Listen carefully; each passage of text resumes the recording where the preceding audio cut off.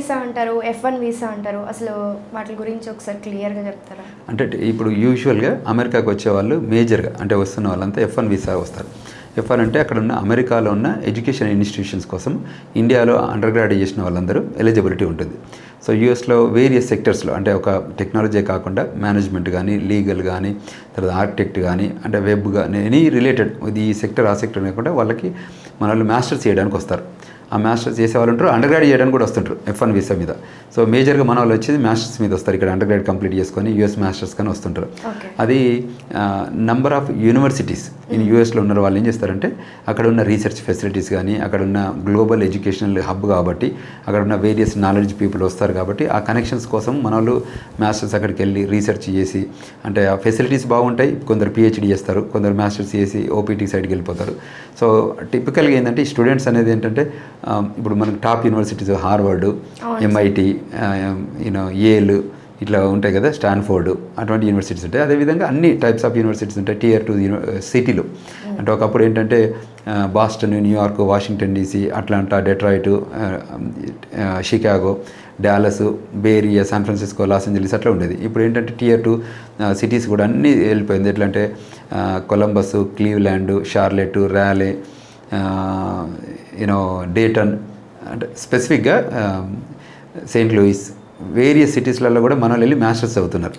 అందులో ఇంకా Tier 3 cities కొన్ని ఉన్నాయి. అందులో కూడా ఇప్పుడు అలబామా ప్లేస్లలో కొన్ని cities, Malibu areas loss Angeles ఏరియాలో, తర్వాత మొబిల్ ఇన్ అలబామాలో కూడా ఉన్నారు. తర్వాత లూసియానా, అక్కడ కూడా చాలామంది స్టూడెంట్స్కి ఈ మధ్య చాలామంది వస్తున్నారు. సో ఈ టిపికల్గా ఏంటంటే యూనివర్సిటీస్ ఎడ్యుకేషన్ రూపకంగా వచ్చిన వాళ్ళంతా వాళ్ళు మాస్టర్స్ చేశాక OPT అండ్ STEM OPT ఉంటుంది. OPT ఆ 12 monthsలో కూడా ఎడ్యుకేషన్ రిలేటెడ్ చదువుకోవచ్చు. తర్వాత వర్క్ చేసి ఏదైతే ఎడ్యుకేషన్ కంప్లీట్ అయిందో ఆ ఎడ్యుకేషన్ దీన్ని అప్లై చేయడమే OPT అంటారు. సో దాన్ని ఎక్స్టెన్సివ్ అంటే ఇఫ్ ఇట్స్ STEM అయితే సైన్స్, టెక్నాలజీ, ఇంజనీరింగ్, మ్యాథమెటిక్స్ అయితే ఇంకో another 24 months. So 36 months, 24 months education, 36 months OPT time. So దీన్ని తర్వాత వాళ్ళు H1Bకి వెళ్ళొచ్చు. ఈ OPT టైంలో కూడా they can apply for H1B. అందులో H1 పిక్ అయిందంటే దే కెన్ ప్రాసెస్ H1B. ఆ కంపెనీస్ చేస్తుంటాయి. సో స్టూడెంట్ ఏమవుతుందంటే బేసికల్గా వాళ్ళు ఆథరైజ్డ్గా ఎలా అంటే ఆన్ క్యాంపస్లోనే చదువుతున్నప్పుడే వాళ్ళు ప్రొఫెసర్ల దగ్గర కానీ, తర్వాత ఆన్ క్యాంపస్లో కెఫెటేరియాలో కానీ, తర్వాత ఎడ్యుకేషనల్ రిలేటెడ్ కానీ, తర్వాత బుక్స్ రాయడం కానీ, వేరియస్ యాక్టివిటీ ఉంటుంది, లైబ్రరీలో పనిచేయడం కానీ, ఇవన్నీ చేయడం ద్వారా ఆథరైజ్డ్ వర్క్ ఉంటుంది. అది క్యాంపస్లో ఉంటుంది, వాళ్ళకి శాలరీ ఇస్తుంది, అంటే పేమెంట్ ఉంటుంది. అది పెయిడ్ ఆథరైజ్డ్ వర్క్స్ అంటే గవర్నమెంట్ ఇచ్చిందే బట్టి పేరోల్ ఉంటుంది, ట్యాక్స్ ఉంటుంది, అన్నీ చేస్తారు. సో అది స్టూడెంట్గా ఉంటుంది. సో స్టూడెంట్ టైంలో కూడా చాలా ఇష్యూస్ ఏదైనా ఉన్నా కూడా మళ్ళీ DSO ఉంటుంది, వాళ్ళు ఇంటర్నేషనల్ ఆఫీస్ ఉంటుంది యూనివర్సిటీలో, వాళ్ళు చాలా ప్రాపర్గా గైడ్ చేస్తారు, ఎడ్యుకేట్ చేస్తారు. వాళ్ళ ఫ్రేమ్వర్క్లో మనం ఉండగలిగితే కూడా వాళ్ళు ప్రాపర్ F1 ఉంటుంది. తర్వాత మనం EAD అంటారు, ఎంప్లాయ్మెంట్ ఆథరైజేషన్ డాక్యుమెంట్ OPT టైంలో ఉంటుంది. అది అప్లై చేసుకొని అది తీసుకొని వర్క్ పర్మిట్ లాగా. సో అది వర్క్ పర్మిట్ యూటిలైజ్ చేసుకుంటూ ముందుకెళ్తారు. సో చాలామందికి స్టూడెంట్ వీసా కూడా క్యాన్సిల్ అయ్యే సిచ్యువేషన్స్ ఉన్నాయి. అసలు ఎందుకు క్యాన్సిల్ అవుతాయి? అట్లా క్యాన్సిల్ అవ్వకుండా ఉండడానికి మనమేమే మెజర్మెంట్స్ తీసుకోవాలంటారు? అంటే ఇప్పుడు జరుగుతున్న సంఘటనలు ఏంటంటే స్టూడెంట్లు అక్కడ స్పీడింగ్ టికెట్స్, తర్వాత DUI కేసెస్, తర్వాత అక్కడ ఏమైనా క్రిమినల్ ఇంటెంట్ యాక్టివిటీస్ ఇటువంటివి చేస్తున్నప్పుడు ఏం చేస్తారంటే వాళ్ళు పోలీసులు అరెస్ట్ చేస్తారు. అరెస్ట్ చేస్తే అరెస్ట్ బేస్డ్ మీద వాళ్ళకి వీసాను డీమ్డ్ క్యాన్సిల్ చేస్తారు.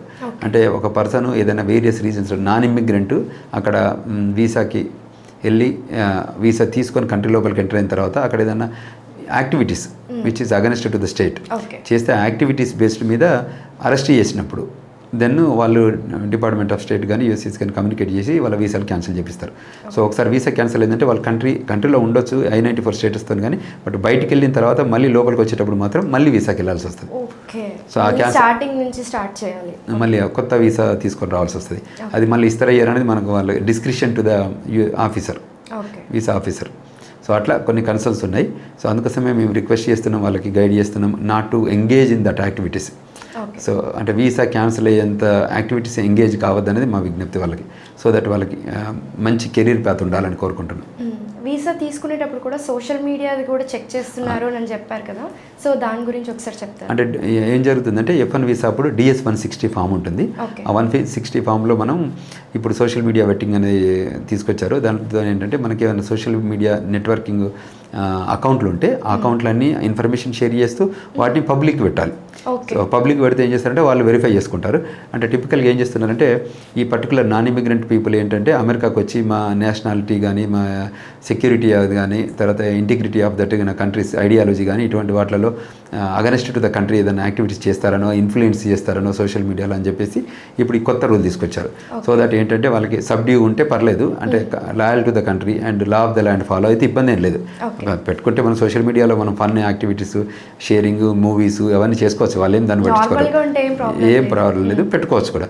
ఏదైతే కంట్రీకి అగనెస్ట్గా కంట్రీ సేఫ్టీ సెక్యూరిటీకి అక్కడ ఉన్న గైడ్ లైన్స్కి అగనెస్ట్గా మనం ప్రమోట్ చేయడం కానీ ఎంగేజ్ చేయడం కానీ జనాలను మొబిలైజ్ చేయడం కానీ ఇటువంటి జరగద్దు. సో అటువంటి ఏమైనా జరిగితే అటువంటి వీడియోస్ ఎవిడెన్స్ ఉంటే ఇక్కడ కూడా అంటే ముందు పోవడానికి అటువంటి డిలీట్ చేసుకొని వెళ్తే బెటర్ అసలు అంటే యాక్చువల్ అటువంటి వాటిలో ఎంగేజ్ కాకుండా అంటే బెటర్ అనేది మా ఉద్దేశం. సో వాళ్ళకు కూడా పిల్లలకి ఏంటంటే చెప్పడం better you follow the rules. So ఒక కంట్రీకి వెళ్తున్నప్పుడు ఆ country law of the land follow కావడం, ఆ కంట్రీలో ఉన్న రూల్ బేస్డ్ ఉండడం, కంట్రీలో డ్రైవింగ్ రికార్డ్ ఎలా ఉన్న దాన్ని చూడడం. ఎందుకంటే అక్కడంతా ఇట్స్ డిజిటల్ ఏజ్లో మనం ఏ చిన్న మిస్టేక్ చేసినా అది ట్రాక్ అవుతుంది, మళ్ళీ దాన్ని ఎక్కడైతే అక్కడ యూటిలైజ్ చేస్తారు. సో ఇప్పుడు వీసాస్ కూడా ఒక్కప్పటిలాగా లేదు, ఇప్పుడు ఏదైనా ఇష్యూస్ ఉంటే ఇమీడియట్గా క్యాన్సిల్ చేసేస్తున్నారు. అంటే ప్రాపర్గా వీసా రావాలంటే స్టూడెంట్స్ ఎలాగా తీసుకోవాలంటారు? అంటే వీసా అందరికి ఇస్తున్నారు ఇప్పుడు మనకి, అంటే ఏ ఇబ్బందులు పడకుండా ఇట్లా క్యాన్సిల్ అవ్వకుండా ప్రాపర్గా తీసుకోవాలంటే అంటే టిపికల్గా ఇక్కడ వీసా ఇచ్చేటప్పుడు మనకి Hyderabad consulate is the biggest US consulate. So ఎక్కువ విండోస్ ఉన్నాయి, ఇస్తున్నారు. ఇచ్చిన వీసాను మెయింటైన్ చేయాలంటే అక్కడ మనం ఏది criminal activities illegal activities DUI cases వాటిలో మనం ఎంగేజ్ కావద్దు. అటు కాకపోతే ఇబ్బంది ఏం లేదు. సో మ్యాట్రిమోనియల్ కానీ బాడీలీ ఇంజురీ కానీ డ్రగ్ డీలింగ్ కానీ ఇటువంటి వాటిలో మనం ఎంగేజ్ కావద్దు. బాడీలీ ఇంజురీ అంటే ఇద్దరు స్టూడెంట్స్ ఒకరికొకరు కొట్లాడుకున్నారు అనుకో, ఒకరు అక్కడికి వెళ్ళిన తర్వాత స్టూడెంట్స్ ఇద్దరు కొట్లాడుకుంటే కూడా వాళ్ళకు కూడా కేసు అవుతుంది, కేసు ఫైల్ అవుతుంది. వాళ్ళని అంటే సైలెంట్ గా వెళ్ళి చదువుకొని వచ్చేయండి అంతే, కానీ ఏ గొడవల్లో దూరద్దు అంటారు. కరెక్ట్. అట్లా చేస్తే అంటే మన purpose of the country visit ఏంటి, చదువుకోవడానికి. సో అది మనం ఫాలో కావాలి. ఎందుకంటే అక్కడ గ్యాప్ వచ్చింది అనుకోండి మిగతా అన్నిటికీ ఇబ్బంది అవుతుంది. సో అది చెప్పడం. సో గ్లోబల్ తెలంగాణ అసోసియేషన్ ద్వారా స్టూడెంట్స్కి ఎలాంటి సపోర్ట్ ఉంటుంది? ఇప్పుడు ఏమవుతుందంటే ఏ ఇష్యూస్ వచ్చినప్పుడు కూడా మనం global-telangana.org వెళ్ళి contact@global-telangana.org రావడం కానీ, అదేవిధంగా ఇంకేదన్నా క్వశ్చన్స్ ఉన్నా కూడా వాటిని మనం ఈమెయిల్ రూపకంగా పంపడం కానీ ఫోన్ రూపకంగా పంపడం కానీ మేమంతా అవైలబుల్ ఉన్నాం. ఇప్పుడు నేను యూఎస్లో వాషింగ్టన్ DC వేదికగా ఉంటాము, వాళ్ళందరికీ కూడా తెలుసు. మొన్న మేము ఒక సెమినార్ ఆర్గనైజ్ చేసాం ఇమిగ్రేషన్ ఇష్యూస్ వచ్చినప్పుడు.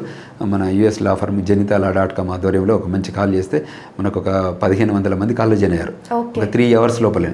ఎందుకంటే ఆ ఇంపాక్ట్ ఆ ట్రంప్ అడ్మినిస్ట్రేషన్ 2.0 వచ్చిన తర్వాత సో చాలా స్ట్రిక్ట్గా ఉన్నారు. సో దాన్ని మేము ప్రాపర్గా ఎప్పుడెప్పుడు కొత్త ఎగ్జిక్యూటివ్ ఆర్డర్స్ వచ్చినా ఆ ఎగ్జిక్యూటివ్ ఆర్డర్ అంటే ఏంటి, అంటే interpretation of the US immigration లా ఎలా ఉండబోతుంది అనేది మేము మన లాయర్లను ఎంగేజ్ చేస్తూ వాళ్ళ ద్వారా చెప్పిస్తాం. చెప్పడం వల్ల ఏమవుతుందంటే వాళ్ళకు కూడా క్లారిటీ వస్తుంది. క్లారిటీ వచ్చి ఒక లా ఆఫ్ ద ల్యాండ్ ఇలా ఉంటుంది, ఇమిగ్రేషన్ లాస్ ఇలా ఉంటుంది, కాబట్టి మనం ఈ ఫ్రేమ్వర్క్లోనే ఉండి పనిచేయాలి అన్న ఉద్దేశంతో చేస్తే తప్పకుండా వాళ్ళు they don't get this in trouble. Okay sir, thank you so much. Thank you అమ్మా.